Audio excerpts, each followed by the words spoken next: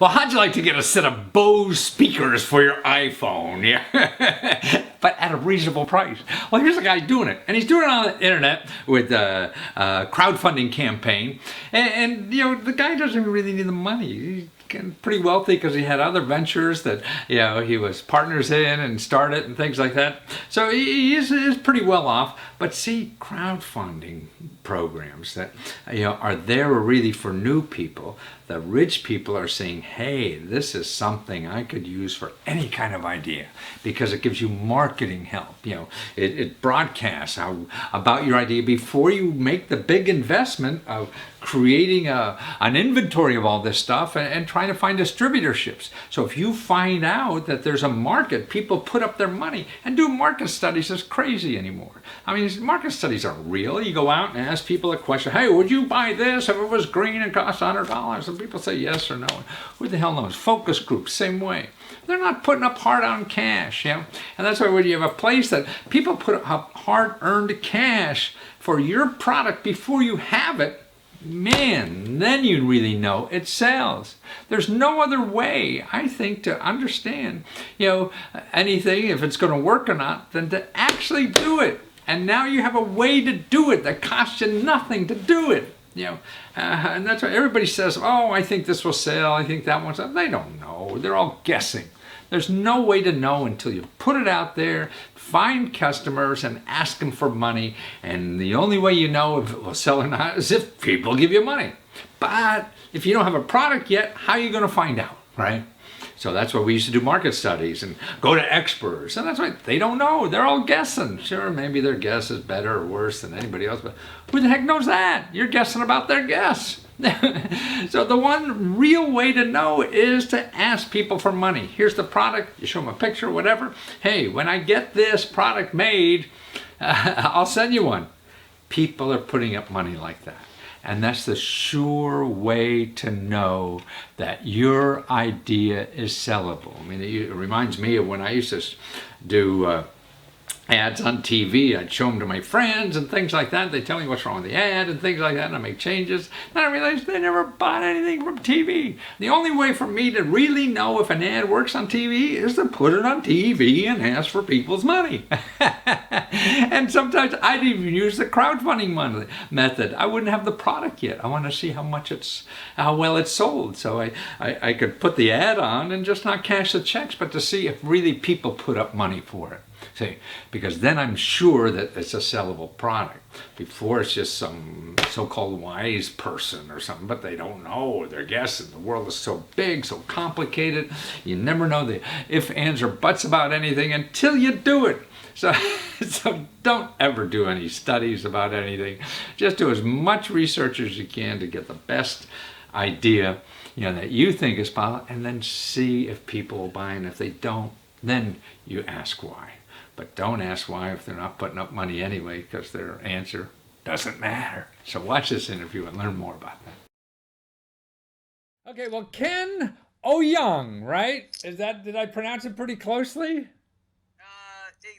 Exactly. Well, good, because this is the part I want to get right. Yantouch, YANTOUCH.com, because that's where we find your beautiful speakers that aren't speakers, they're lights. They're not lights. They're dancing strobe lights. They're not that. They're mood music lights. They're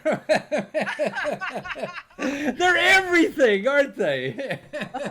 Wow, you say it better than I say. But they are. I mean, they're colorful as hell. They're about like a half a size of a softball or something like that, right? They're very small and compact. Yeah, right, there they are, yeah. And so when the music's on, man, they're going in all kind of colors, all kind of moods, oh, they're earrings too. I see. Yeah, they can hear. Actually, it's called eye speaker because you look like eye, right? Oh, I see. That's like an eye speaker. And they come in a set too, correct? Yes, they come as a set. Yeah. It's a. Let's see. Let me show that again. It's right. So it looks like a bug eyes, right? A bug eye speaker. And Yeah, the it comes as I said. Matthew. Actually, is this? It's this is really new because Bluetooth speaker is is common nowadays, right? But most people, most brands, they only have one. Okay, Right. maybe they claim they have a stereo, but actually it's a jam stereo. I The see. left right channel is in one small box, right? But what we can do is a separated stereo, So and what's cool is separated stereo for wired speaker is nothing, right? right. But we are wireless. I see. So it's a wireless Bluetooth speaker that's separated that you run off your iPhone or your Android or anything, correct? Yes, correct. Yeah, all phones, right? Yeah. And even use your PC notebook as long I see. as you have Bluetooth. So this is, I mean, I can imagine when people, I pick up people over the house. So I put my playlists on my, phone or on my PC, and I get these speakers around the house, and I got atmosphere. I got beautiful quality music. I mean, the sound in your speakers are better than any speaker you could buy, and this we're getting so much more, right? Yeah, actually, I don't know if we are better than any speakers. Well, at that price range, sure, you could spend $1 million on a speaker. But I can testify that we are better than both Sounding and Mini. Yeah. You did it. Because we have done the blind test with many people, and Are there a lot of blind people in Taiwan? not that many, but anyway, yeah. So, but you are in Taiwan, but you're educated here in the States. You worked in the States for 10 years or more before you got in the PC business out there. So your background is really high tech. I mean, you studied electrical engineering when it was called EE, right? Yeah. Oh, yeah. So yeah. My background is really high tech. That's true, but I'm tired of high tech. Yeah. Okay, I'm tired and sick of high tech, so I want to go back to more close to human and more close to nature, more close to art. Yes. So right now we are doing a product that combine the art and technology into one product, and that's how we came up with this product. So really, those lights, I mean, they're good enough to read by. I mean, these are good lights, right? That you have in there. It's really a very bright light. These lights are not just for moonlighting or for fun or as a toy. Actually, it's bright enough for your reading. Oh my goodness! Yes. Yeah. Wow. You see? It's no, like I an haven't. Operating room. I'm not even turning on. Okay, this is red, right? Now I'm going to turn it very bright. Oh my goodness! Wow. So and the batteries in there are lithium, so they last like 20 hours or more before you have to recharge them, right? Yes. Yeah. And you can hang this on the wall. Okay, there's a hook here, right? Yes. And you can hang two on the wall. Yeah. And on the bedside, you can, before you sleep, you can read the books. Well, I mean, but you could light up a room so nicely, and there's speakers too, and so you could use them as a phone. I mean, as a speaker, as lights, as both, or mood, or colors, or white, or God. There's 1,000 applications for this. Yeah. I don't know about 1,000. You're not an American salesman, are you? You're trying to be. But Matthew, the purpose of my invention is really solve my own problem, okay? Because I in my bedroom, right? I had old Sony big speakers, okay? I see. Big box speaker kind of thing. Yeah, big box. They're bulky, okay? Yeah. And also the bad thing is it cannot connect to my iTunes music. Oh, I see. Okay. So I want to invent something that can connect to my phone music. That's first thing, right? Before it was like using CD or something, right? But nowadays people don't use CD. Absolutely, so, it's all here. So if I can invent something that can connect to the phone, okay? And also, I want to make it, we call true stereo. Right. That means sound is as good as those big box, okay? Not just regular small speaker, okay? And also, I want to make my bedroom lighting dimmable, So right? you could read, right? Yeah. Not only read, but also dimmable. Let's say Oh, I see. at night, I don't want to make the light so bright, right? Right. Maybe half bright. Right. So I can prepare my mood to sleep instead of I make see. it like Turn it as down, bright. turn it up, or whatever. Yeah. Right. Dimmable. And the last thing is the best. We call, have you heard of natural wake?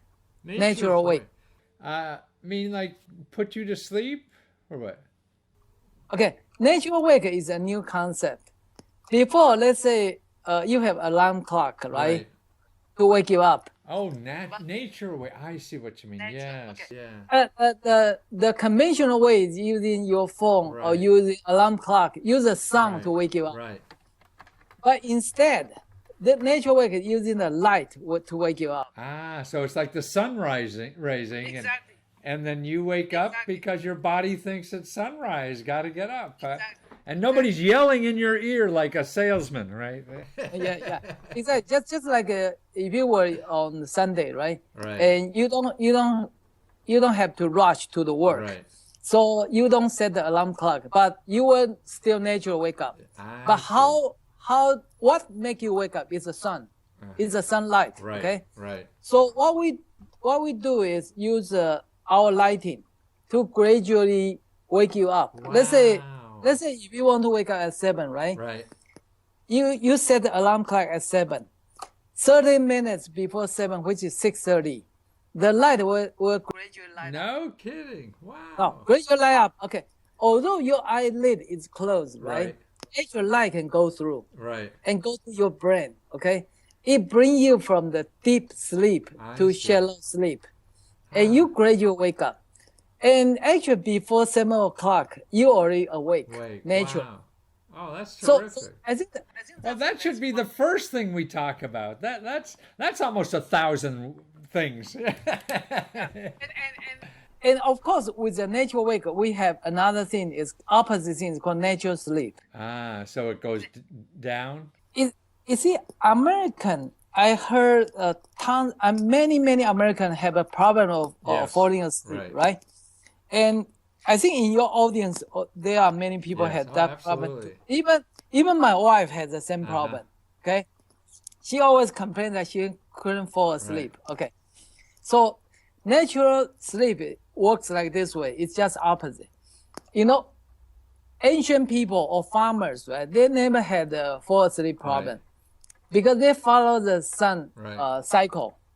When the sun sets, they go to sleep. Okay, but since Thomas Edison invented light bulb, they started civilization, but also they make people not go to sleep. Okay, indefinitely. So what we try to do is before you sleep, the light gradually dim down instead of complete turn off or complete turn on. So your body melatonin hormone will gradually build up and make you feel asleep. So that's the concept. Well, that's wonderful. Well, Ken, thank you so much for doing this work and sharing it with everybody, with your Indiegogo campaign. But actually, to even find out about the campaign, you go to your website, YangTouch, YANTOUCH.com. Find out about Ken, all the stuff he's doing, and then look at the video because that really shows you those eyes, man. Those eyes put you to sleep. They wake you up. They give you moods. They give you music, everything. And just the eyes have it, don't they? Ken, thank you so much. Pleasure to talk with you. Take care. Okay, bye-bye.